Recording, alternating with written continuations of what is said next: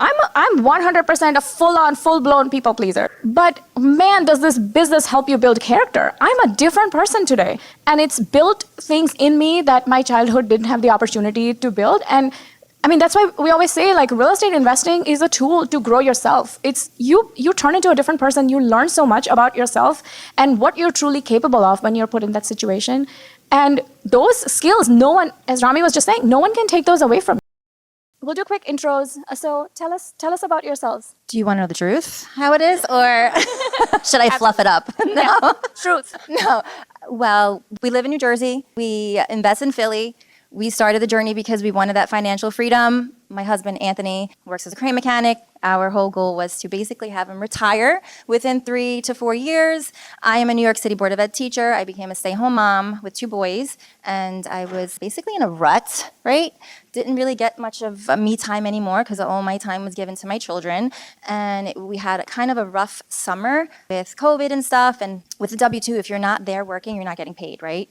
So it was a time where he wasn't feeling well, and we were struggling, almost felt like we were struggling, not being able to pay our mortgage. I didn't want to feel that, even though we did have funds, but I was like, oh my God, what happens if one day you don't work? I have nothing to fall on anymore because I'm not teaching. I'm home with my children. I want to, be able to give back to my family like I used to. And so Palak's video, which a lot of us can resonate with from Bigger Pockets interview, he found it. He was a big listener of Bigger Pockets, sent it to me because I wanted to go back to school, become something into like accounting or education. And I saw this video. You inspired me to be you, as many of, like all of us women and men, and were inspired by Palak and Nidhi's story. It was a beautiful story. And it feels like so long ago. You guys did so much more. And so fast. It's the thing, it was so fast, it was so stressful, but we did it, we made it through, and we decided to just jump in, trust the process. I trusted you so much because it just felt like, we just really trusted you and Nidhi. And we fell into it, deep dived, purchased our first property in 8 months. It took a while. You can't be longer than me, please. Don't be longer than us. 8 months is a long time. So if you're over that, I think it's time to get out of analysis paralysis. Like, it's time to get in it.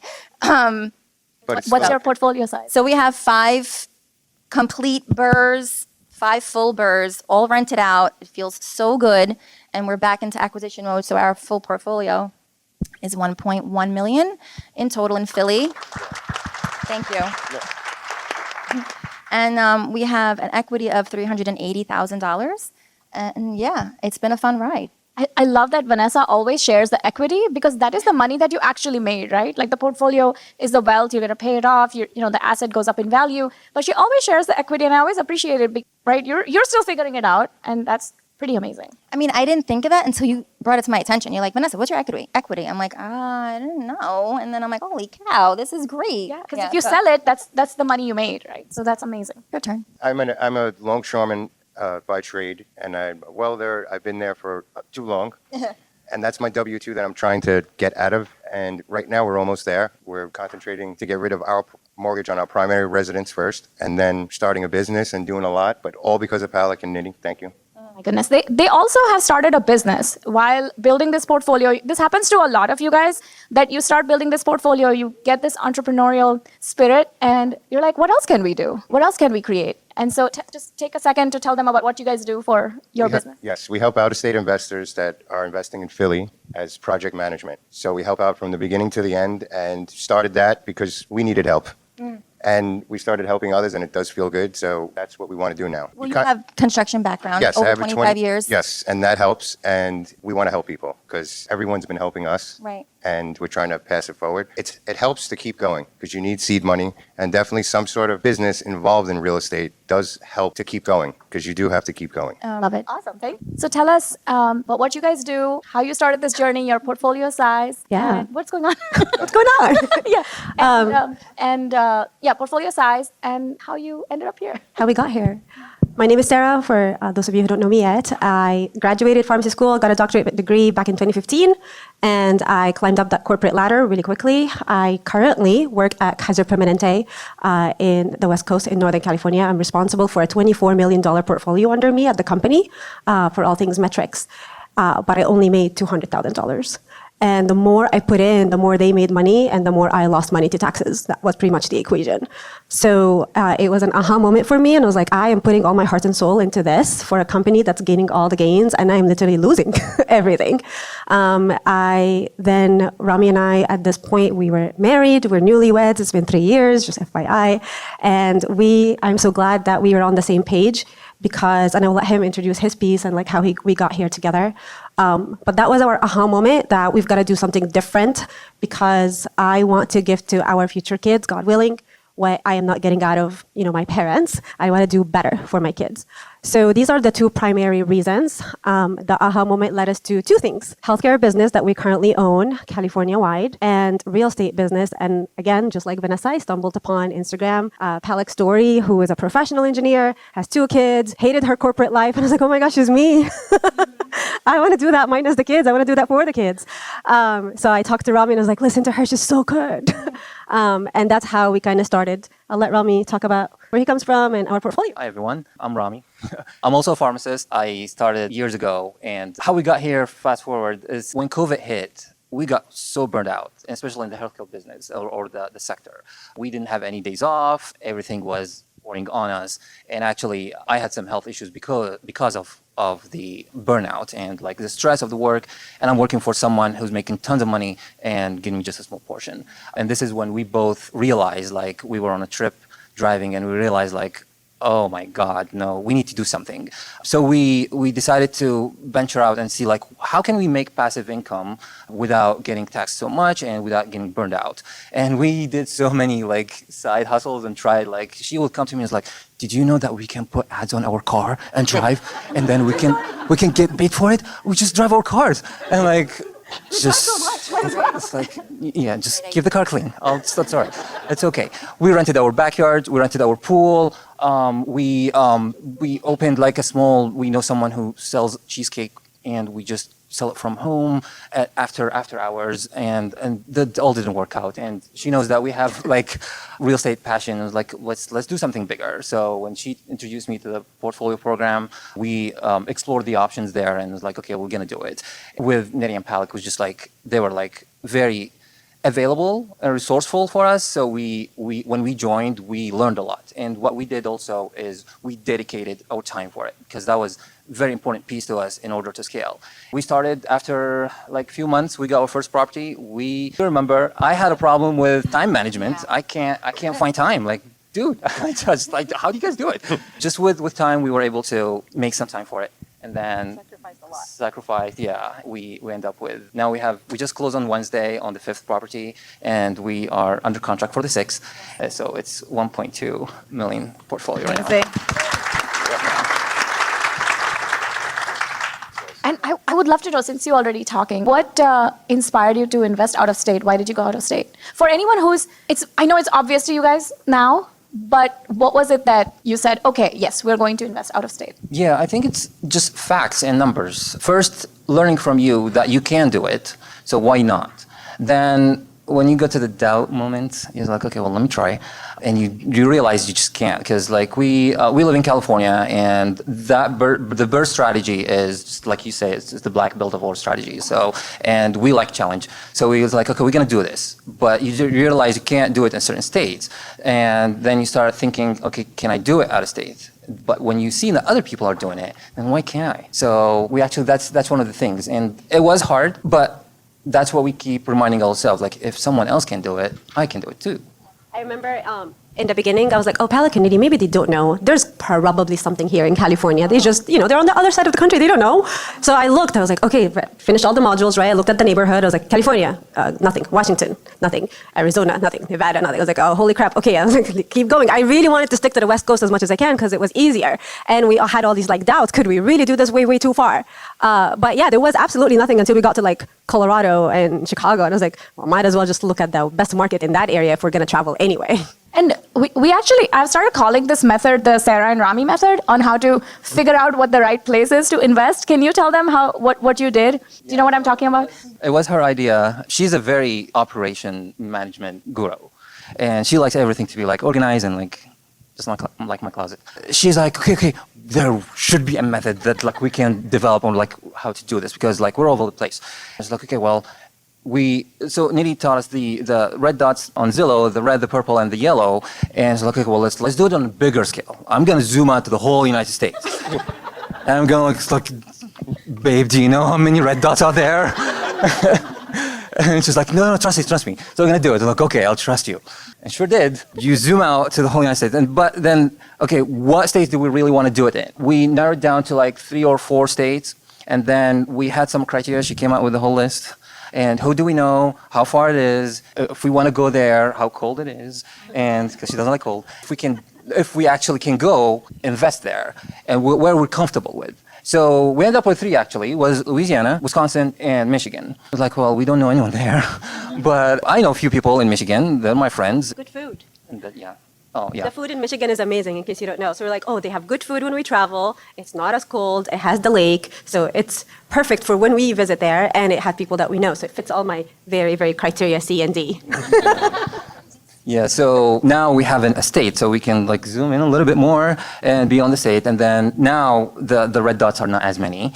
I mean, from the beginning. And then you do the red dots. You see like what areas have many red dots there. And then you switch to the sold, which is the yellow one. And you see that the difference. So that's your ARV. And then, okay, do they have like a good rental market? And then you switch to the purple ones. And then you can see on each how much they're charging for rent. And if that matches the criteria with the yellow, and that's how you find your market. And Rami and Sarah did a whole sensei session on this method, and they like went deep into it. So if you're in the program, you can go to the guide section and watch their video. They went into the method that I have now started calling the Sarah and Rami method of finding your market. Total opposite of what I did. I did not do that. I tried to like force it happening in my own backyard. Yeah, so don't try to force something that's not going to happen, basically. Don't do that. Don't try to go against the grain. If you see how many dots, like 5 or more red dots, you know that's the place to be. So what they're talking about, if you don't know what they're talking about, is you say, hey, how many properties do I see, which is a red dot, that's under, say you want to buy a distressed property under 150K, you filter it by that and say, how many red dots do I see? If you don't see any, if you see one, it's going to be really hard to find that distressed property in that market, right? And you know what we do? I did the same thing that you guys did. You think, most investors think, if I just tried hard enough, if I just found that one deal, if I just found that one wholesaler, I just don't have it. Well, you're looking in the wrong market. There's no deals there that you want, right? And I've done that too. I wasted a whole year doing it. So totally get it. Yeah. All right, so I have a question about fear, because that's a real thing. No matter what level of business we're at, anytime you want to up level, anytime you want to do something, there's fear. So how did you get over your fear of investing / out-of-state investing? First of all, we grew up very old school, our parents were. So investing out of state was not a word in their vocabulary. It was a no when we mentioned it. Everyone was kind of negative about it. But we put it out there and we pushed it. But that's the main thing we had to get over, was the type of investing we were going to doing, because it wasn't normal to our family or anything that we knew. Right, it wasn't like the typical investing. It wasn't like 2-family and get income in the second apartment, or like a turnkey. This was full on the black belt of real estate, right? Yes, so we had to trust it. We had to learn how to trust the process, and not until we learned it, we trusted it. And it still was hard to, you don't have any support when people don't believe what you're doing is right. So we actually were on, not that we were on our own, but it kind of was good that we were on our own, and we were able to just cross that path of trusting the process and not thinking, I don't know how to put it. I was not brainwashed, that's the wrong word, but to find the job with benefits, a union job, and retire at 62. And now when I think about that, I shake. Yeah. I almost have a nervous breakdown to think that I'm going to be there till 62 working outside. Last week I did 110 hours at work, so it helped. That helped change our thought too, but it was growing up differently than we're acting now. So we had to change everything. I mean, we're still climbing the ladder. We have 5 burrs, very grateful for it. We're seeing passive income, but we're not there yet where he can retire. So but it pays we're getting there. But it pays most of our mortgage for our primary, so we're right there, and you do see the stress stopping or slowing down. But our main thing was to change the way we grew up thinking, and then trust the process. And it helps when you see other people doing it, like Rami said. Right. You need to see other people that sound like you, that the same jobs that you have, and you don't need to be an executive at a company to jump into this. It's a lot, but it's easy to learn. I think anybody could do it. You don't need to have, right, like you said, an executive job. I just picked that out. Right, but that's a good point. Yes, if you believe in Palak and Nidhi and do the modules, it does work. And there are a lot of people in this room that help each other. Yeah. That's the calls every week, like Vanessa, that's her thing. And that's what makes her stay involved. And that's one of the best things of this program is the tables of people that you meet and are able to ask for help, because a ton of people helped us, a ton. And I love that you said that, you know, the circles that we all hang out in, they don't talk about this stuff, they don't understand this.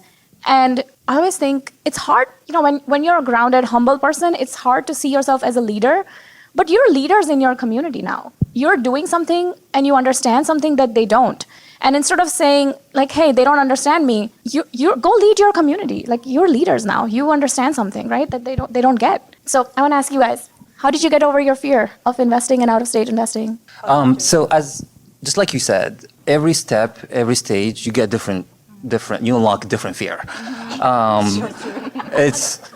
But like I can tell you what I feel right now, like how I can overcome that fear. But as a new investor, when we started in the beginning, our fear was like, what if it doesn't work out? What if we can't do it? But to be honest, what you said, trust the process. And also, you have a whole community here, and each one of us like are willing to help and willing to do it. So I'm not by myself. I have a whole community that can back me up. And of course, the pros, Nidhi and Palak here. That's one thing. The other thing is, we're both a pharmacist. If you know pharmacists, we have to be like everything correct. Very algorithmic. Yes. So if you do it right, like it would work. Like, yeah, let's do it right. And so we have the guidelines. So let's follow the guidelines and take measured risk, and we can do it. Start small. Like, so that's how we start like convincing ourselves, like, okay. And we learn more. Education is important, and that's the one thing that nobody can take away from you. Like, you learn and you can use it, and it works magic. So I love what you said, that no one can take the education away. All the learnings, no one can take that away, no matter what. I love that. Yeah. Yes, absolutely. All right. So I want to know how you guys built your teams, because one of the biggest questions you have as an out-of-state investor is, how am I going to find the team? How am I going to connect with people? How did you all build your team? We built our team by telling everyone, even the people that didn't want us to do it, the family. We just kept telling everyone what we were doing. So we found some people through luck of hearing through someone that, oh, he's in real estate too. So when we lost our first contractor, we found a friend of our families that moved to Philly and was a contractor by telling people that didn't want us to do it. And it was like, oh yeah, he is a contractor out there. But we focused on our team very hard. We thought that was the right thing to do from hearing it and from other people here. And we made sure we had almost all of our pieces lined up. Yeah. And that felt good. And your agent helps. So we actually... We had an agent in the very beginning, and then we had another one, and then we just... Now we connected to wholesalers, so that's who we have. We have wholesalers that give us, like, someone that we connect with, that we make deals with, sends us deals. So Yes. do we have an agent? No, but do I have a wholesaler? Yes. We believe in... I do have yeah. an agent who finds my tenants, who finds our tenants for us. And Yes. how we found it was there was no trick. No, it was just telling people what you want to do and what you're getting into, and people that you're talking about your accounting job, and you just throw in there that you're investing in real estate in whatever town it is. You'll get a look that's weird, but it's stuck in their head, and you keep sticking it in people's heads, and you wind up meeting a friend of a friend that winds up helping you. And I love that. That's that a helped really us good more tip. than anything. We just told everyone we were doing it. I mean, your recommendations too. Obviously, we have Tim as our CPA. He's a Yes. great guy, and he's part of our team. And title agent is part of our team. He's like our right-hand man. Calls me with questions, and if I have any questions, he'll call me. It's just build your people, your strong team around you, because you're going to need them to lean on them. And all thanks to the program, seriously, and word of mouth. Yes, that's, like we said, the groups you're in and everyone in this room, that's where you're going to find everybody. And you could trust them a lot more than someone you meet outside. Trust in the portfolio program and you'll find a team. We were a bit different before we got in real estate and the healthcare, which we opened at the same time, which was a little crazier than we thought. Wait, Sarah, can you tell everybody just a little bit about what you guys do other than your day job and real estate? Since Yes. it's a room full of overachievers, man. They also have another business that they run. Yeah, so we're entrepreneurs and we co-founded a company called Elec Health in California currently. And what it does is that it bridges the gap between the patients that have chronic conditions and the healthcare system that's obviously currently in a crisis and collapsing. So I know I have no shame saying that because I work in it. But anyway, so basically that's the whole idea. Everything now around you is probably healthcare tech. And we have, as a country, we've expanded the technology so much so in healthcare that we almost completely eliminated the human in healthcare. And we founded a company that brings the human back to the person's journey to allow them to actually heal and be better and have a person to talk to rather than AI and machines and tools and all that. So that's the company that we have. So going back to how we picked our team for real estate, before we initiated both companies, me more than Rami, he is too, but I'm a little bit better or bigger on understanding who you are before you take any step forward. So we actually spent a year just kind of on the self-discovery journey.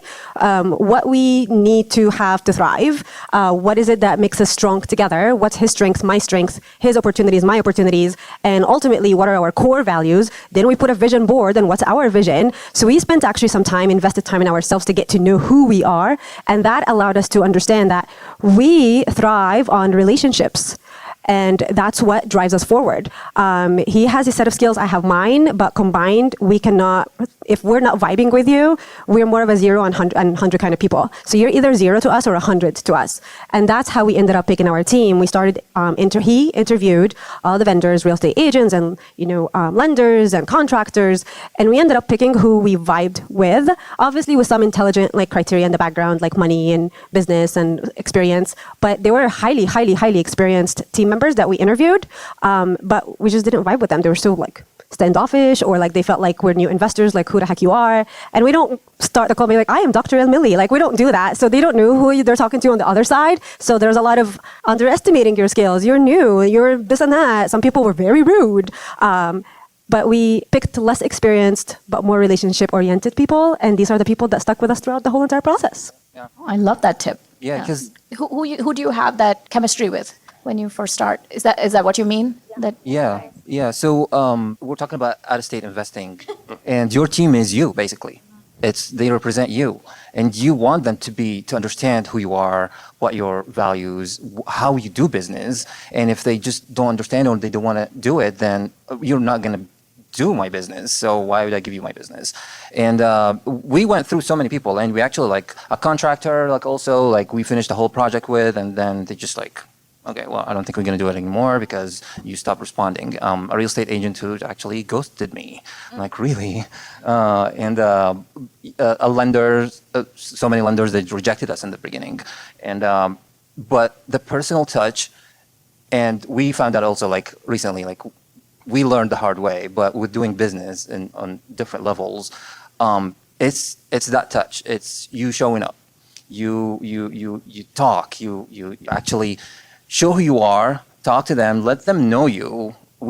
Now we start using that term. Let's date, and and get to know each other, and you will see who we are and how we do business. So the lenders, we every time we go to Michigan, we go meet them for a coffee. Our realtor, she's on a group chat always when a few days pass with no no content. Are you okay? We miss you. It's how's it going? We try also to send gifts to them just to give them that motivation and stuff. So so we do have a realtor, a very reliable one, a lender that we always go to, contractor, CPA. They come to us also with their personal problems sometimes, and they just want to vent. And we're yeah. So okay, well, yeah. What do you need? I'm here for you. And so now they appreciate it. And now you have a solid team, and I think that's very valuable. I love that. Did you guys want to add something yet? We kind of cheated. We just used who you used. That's the easiest way to do it, if you want my opinion. We used whoever Palak and Indy used. I'm lazy. I would do that too. That's I what would we be did. somebody give me a team, I'll use them. Yes. Let's try it first. I get it. RFG, unbelievable. They helped us, saved us when we didn't try to use them. Right. We did that reverse, what do you call it? We bought it Reverse cash. closing. It's called a and reverse then closing. Delayed. Yes, so we did that. We did a little bit of everything with RFG. So who Palak has around her, I trust them fully, and we went that route. And with other little pieces, we did who we felt good with and clicked with, and a handyman is a great. Your team, I'm going to say contractor, and then work your way. But I have an appraisal on my team too. yes, we that have. I reach out to. Thank God. That's with a him. great person to have to call, to send to before you send to their appraiser. But we cheated and we used Palak's people, and it worked out. I love that. I mean, there are so many different ways of doing this, and I love that there is a range here. That's fantastic. Okay, so I have a question about management of these properties. You have a question? Yeah. Yeah, perfect. I knew you were good. I read your mind. So how do you keep up with everything out of state? You guys both have over $1 million in real estate. How do you keep up with everything? How do you manage your properties sitting away from them, not being there every day? What are some hacks? What are some tricks? What's your, yeah. Well, yeah, go ahead. Okay. Having someone, our handyman is our boots on the ground, like we are for other people. And to have someone with surprise, just drive-bys, have found out amazing things. Recently, our handyman, he called me. He's like, Vanessa, you know you have people in your house right now? I'm like, yeah, I actually rented it out. Thank you for driving by. I appreciate it. So the handyman showing up, I mean, that's one of our biggest ones, is having him around to just pop in. Yeah. And I love that you guys formed a business to fill that void too, right? You saw that there was a problem that people faced, and now you're being the solution. You're like, okay, you know what? Those are the best business ideas, by the way, you guys. Like, I know a lot of you are thinking about what's going to be the next thing that I build, and fill a void. Like, what's the challenge that you're seeing? And once you help bridge that void, that is what everybody needs. That's phenomenal. That out-of-state investing led you to build a business that helps people with Yes, their boots on the ground. because we had the same problems that they're going to have. Yeah. We got burnt really bad on our first one. Yeah. It hurt. We kept going, thank God. Yeah. She kept going. She kept buying. And He's throwing up. I'm like, I'm going to put in an offer. Vanessa, do whatever you want. So, Yeah, so it was crazy. one of you is throwing up, and the other one's like, I'm going for the offer. Forget you. I'm going to just put an offer in and do it. I love it. it worked out. And it worked out. It worked out. Sure did. I forgot the question you asked, by the way. I don't know, but that's really nice Yeah. what you just said. I loved it. I think I was asking about how do you keep track of things? How do you manage your properties? And yeah, that's exactly what you answered. Vanessa would But- answer better. We have a property management company that is doing 2 of our 5. Yeah. And Vanessa's handling the Section 8. And I realized 3 is a lot. 1 is a lot for Section 8 because you get so many prospects call you. And then it was 3 and it was only 1 agent. And I'm like, you know what? Let me just handle it. Let me take it on my own and do it. And with the help of our agent that we found through the property manager that we worked with, he handed her over to us. Connections and networking. Building a relationship is so important no matter which way it goes. How do they say? Don't burn bridges. Don't burn bridges. Do not do that because you're going to wind up meeting them one day anyway. So just be cordial, be respectful, be kind. You know what? It didn't work out today. Maybe it'll work out next time because you never know. You might need them again. So End it professionally. Yeah. Yes. that's that. So that's how it happened. Yeah, our team helped us be good out-of-state investors. Our team, and it takes you a little while, but you need someone that's hungry and it's for those little visits that you can't make it out there to open a door.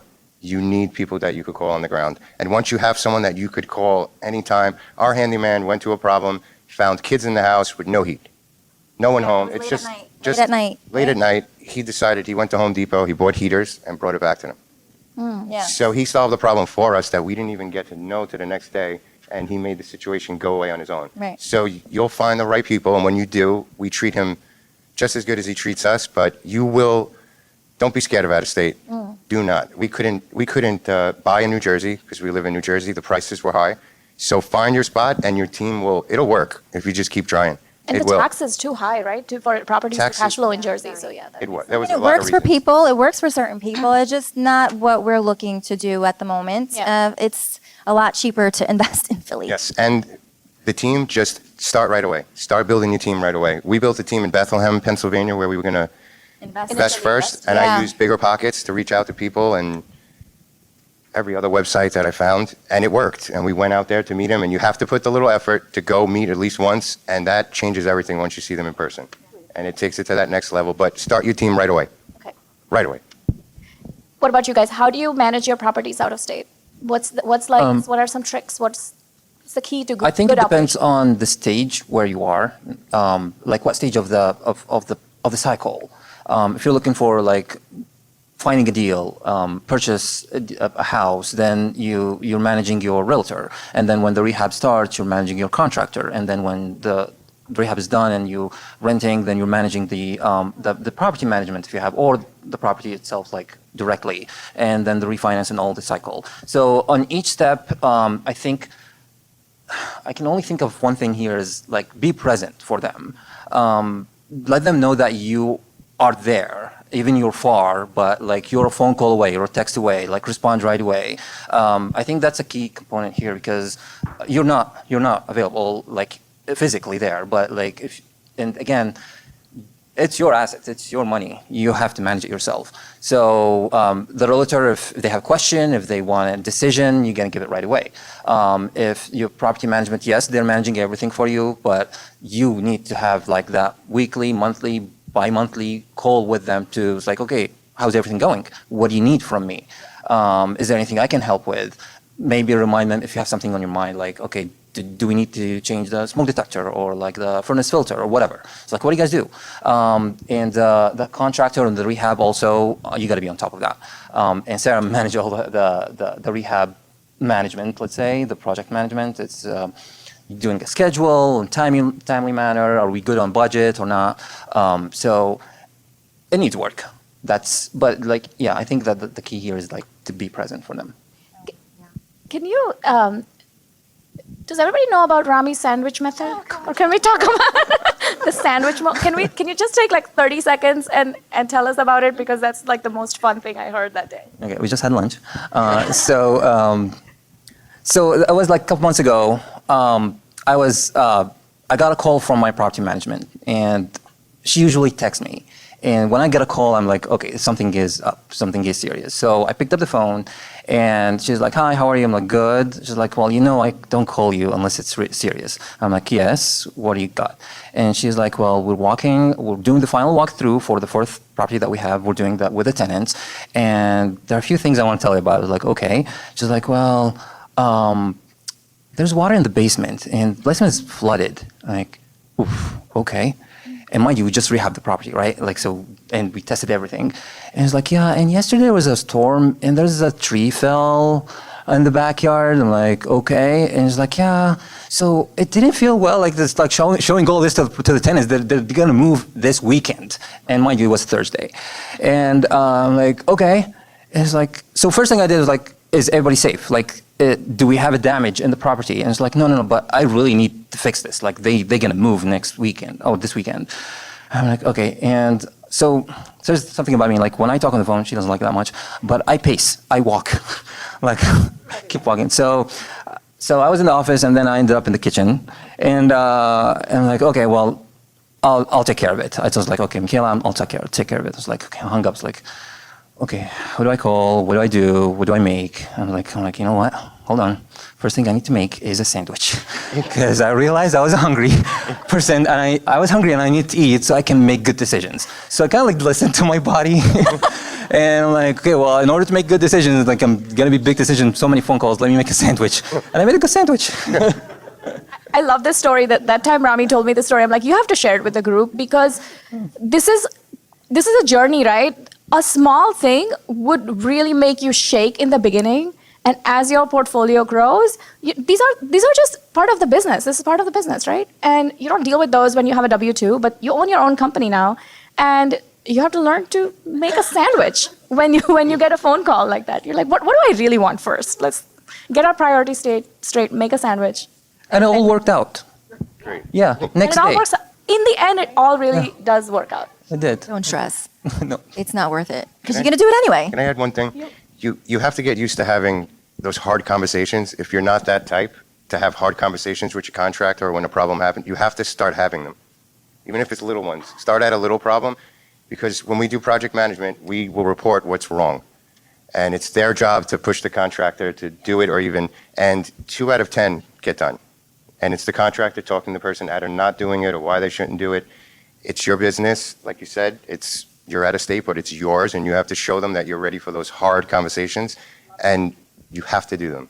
and you have to tell them you don't like something and you want to change, and it's not easy to do. So get someone to do it for you and watch them, but you're going to have to do it and take control of it, and that will change your relationship with your contractor, your agent, and just be a little more stern, but in a nice way, but have the hard conversation. I love that so much because I don't know, any people pleasers in the audience over here, just me? I'm 100% a full-on, full-blown people pleaser. Like I love to only have non-confrontational conversations. But man, does this business help you build character? I'm a different person today. And it's built things in me that my childhood didn't have the opportunity to build. And I mean, that's why we always say like real estate investing is a tool to grow yourself. It's you turn into a different person. You learn so much about yourself and what you're truly capable of when you're put in that situation. And those skills, no one, as Rami was just saying, no one can take those away from you. And then when one thing doesn't work, you're going to build the next thing, and every time you're up-leveling your skills. And you do it better every time, right? On that note, so the question is, what's the frequency of, just so everybody can hear, what's the frequency of your visits to your out-of-state properties? When did you first visit them? And Well, that's a great question. So in the beginning, we didn't get any leads. And this is when we actually decided to go visit. And the visit was not to go buy property, just like show up. Just wanted to meet the team, like whoever we got in contact with. We wanted to like, okay, we're real. We are here to do business. We're serious. So at least just get to know us. We met the lender, we met the contractor, we met the realtor. It's like, we're here. See, we can make it. And we visit once a year, if we need to. And that was like just because we wanted to, again, build a relationship. Like we had a new contractor, so we actually wanted to meet him after he did like two projects for us. And yeah, so you don't have to go as often. Like this year we didn't go. The distance plays a role too. Yeah, it depends also how far you are from him. But in the beginning, you're there. You want to be there all the time. At least we were there all the time. You want We're to an know hour what was away. going on. We're an hour away. Very different. But then it's like a drag. I don't want to go. I think he's got it under control. I don't need to go visit. As long as he sends us a video or a picture, I think we're fine. So we stopped visiting our properties until it was maybe the last final draw of the property, like when we would be ready to finalize our draw with our lender, with RFG. Yes. That's when we would visit, and he would blue tape certain spots around the house, and then we were like, okay, we need to get this done before we do our final draw because we're not going to move forward that way. I don't think there's a right answer. Right. It's your answer, but going, like Palak says in it, to go once changes everything. You're going to feel different about placing offers, and then if you can do a trip to meet your team, I think that is amazing. You don't have to be pressured to go there so much, but those two trips would definitely be in the positive. And if you don't have the skills to gauge people and judge people when you talk to them, this is a good opportunity to build those skills. You go visit out of state, the state that you want to invest in, go visit that area and start talking to people. And that it's a muscle, it's a skill that you can build. And then once you start finding people you can trust, your boots on the ground, then it becomes easier. Once you build that team, now you have your eyes and ears wherever you're investing. So love all the advice here. Good. Thank you, guys. Thank you for doing this.